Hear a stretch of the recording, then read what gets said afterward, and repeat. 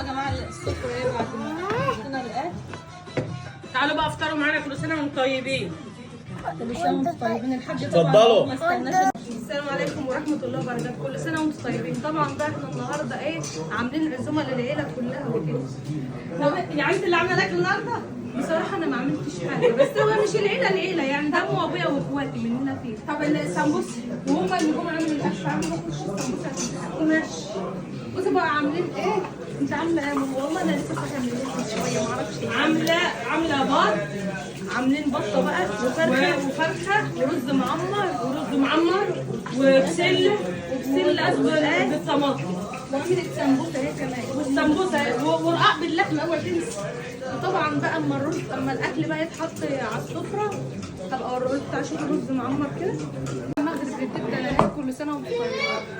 بصوا بقى عاملين اللهم صل على النبي.